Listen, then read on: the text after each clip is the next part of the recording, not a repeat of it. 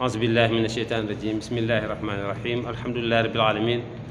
والصلاة والسلام على سيدنا محمد وعلى آله وصحبه وسلم. ba léegi ñu ngi ci wàllu commerce comme niñ ko waxe woon ni islam dafa def benn système économique boo xam ni mi ngi ciy jàngal jullit ñi lan mooy li nga xamee ni moom moo leen di noppal ci seen wàllu dund. nee na dund gi moom moo yor dund ñëpp moo yor wërsëgu ñëpp waaye nag daf leen ko tàggatal orienté leen wax leen fan ngeen koy aw. bokk na ci fi ñu koy aw wàllu mbéy waxtaan nañ ci lu bëree bëri yàlla subhanahu wa taala wane ni dafa am yoo xam ne moom moo ko garanti muy asamaan si nga xam ne mooy wàcce taw bi tegu ko ci loxo kenn ci doomu aadama yi. suuf si nga xam ni ci la taw bi tuuru ba tax mu war a sax nee na teg ko ci loxo doomu aadama moom moo ko gàddal boppam. ngelaw li nga xam ne mooy mbéj niir bi ba ndox mi wàcc ak ngelaw li nga xam ne mooy ñoral gàncax yi yàlla subhanahu wa taala yooyu yëpp nee na moom moo ko téyel boppam ba noppi génne wàllu mbéy nag biñ ci jëkkee jóg yàlla subhanahu wa taala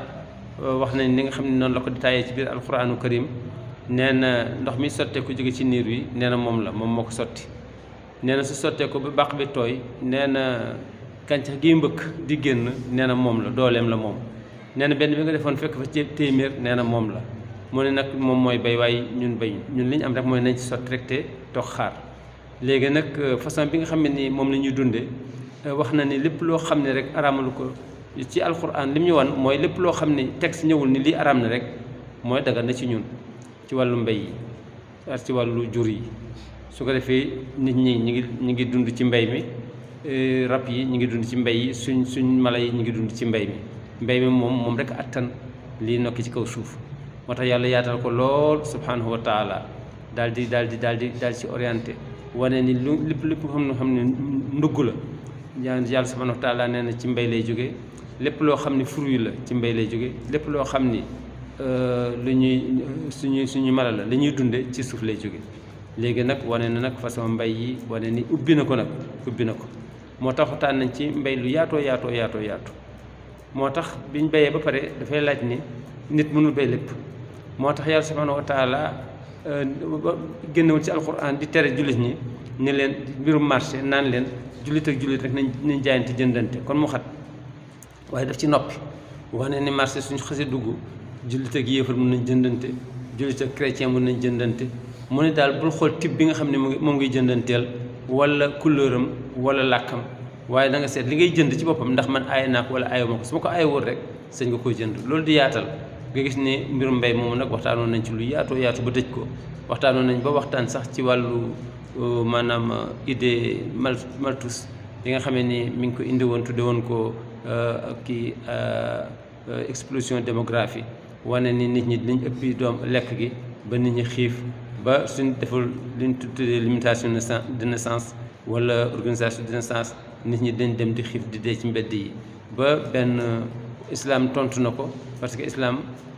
li mu wane mooy lépp loo xam ne doomu aadama da koy dunde rek da ngay gis ni mi ngi ci kaw suuf te boo ci def benn moom dina ko defal téeméer boo ko defee wane ni nit ñi mënuñu ëpp kon mbéy mi. nit ñi mënuñu ëpp mbéy mi voilà. ñu gis ni moom sax am na benn économiste bu anglais bu ko tontu woon wane ni moom bi mu defee ay études am moom kii boobu ci nee na dafa gis ni suuf Afrique kese mën nañ dundal 32 milliards de personnes ci suuf Afrique kese su fekkee nga xam ne benn ko dañ ko war a béyee. te ba moment bi nga koy wax boobu 5 milliards rek moo nekkoon ci àddina bi ci kaw suuf ci ay doomu aadama. egsi nañ nag léegi ci 7 milliards nga gis ni ba léegi kon mbay mi su fekkee nga xam ne respecté nañ ko jox ko ak xam ñun ñëpp mën nañ ci dund. mooy premier facteur développement boo xam ne yàlla subhanahu wa taala joxoñ na ko ba noppi détaillé ko nag waxtaan nañ ci lu yaatu. biñ ci jógee waxtaan nañ dugg nañ ci wàllu commerce wax nañ commerce ni nga xam ne noonu la ko yaatale wane ni marché bi dañ ko ubbi. marché bi jullit ak yéefar jullit ak chrétien góor ak jigéen ak góor ñooñu ñëpp mën nañ ci participer buñ xool ñi nga xam ne ñoom lañ jëfanteel may nañ xool produit bi nga xam ne moom lañ jëfanteel lu nekk moom la aaye kooku itam ba mu ko ubbee lañ gis ni échange la su ko defee mu ci la indi nag mbay di échange mbay du dara lu dul am loo am kële am lu mu am ngeen weccoo ko ci xaalis ak matériel wala xaalis ak xaalis wala matériel ak matériel jeex na loolu rek moom mooy jënd ak jaay boobu nag islam taxaw na ci boobu ba léegi ci lañ nekkoon di waxtaan ba egsi tey nag waxtaan yi nga xam ni islam tere na ko wax nañ yoon yi nga xam ne islam joxeñ na ko wax nañ importance commerce ñi nga xam ne ñoo ci participé woon ci ay yonent yoo xam ne ay commerçant lañ woon ay borom kilifay diine ñoo xam ne ay masab lañ yor participé woon ci nekkoon ay commerçant ak ni yonent bi sallallahu alayhi wasallam taggee commerce ci ni su fekkee nga xam ni doomu aadama bi jubal na ci kenn mënu te mu bokk ca maanaam ña gën a kawe muy yonent yaag ña moom lay bokkal jëmale xiyam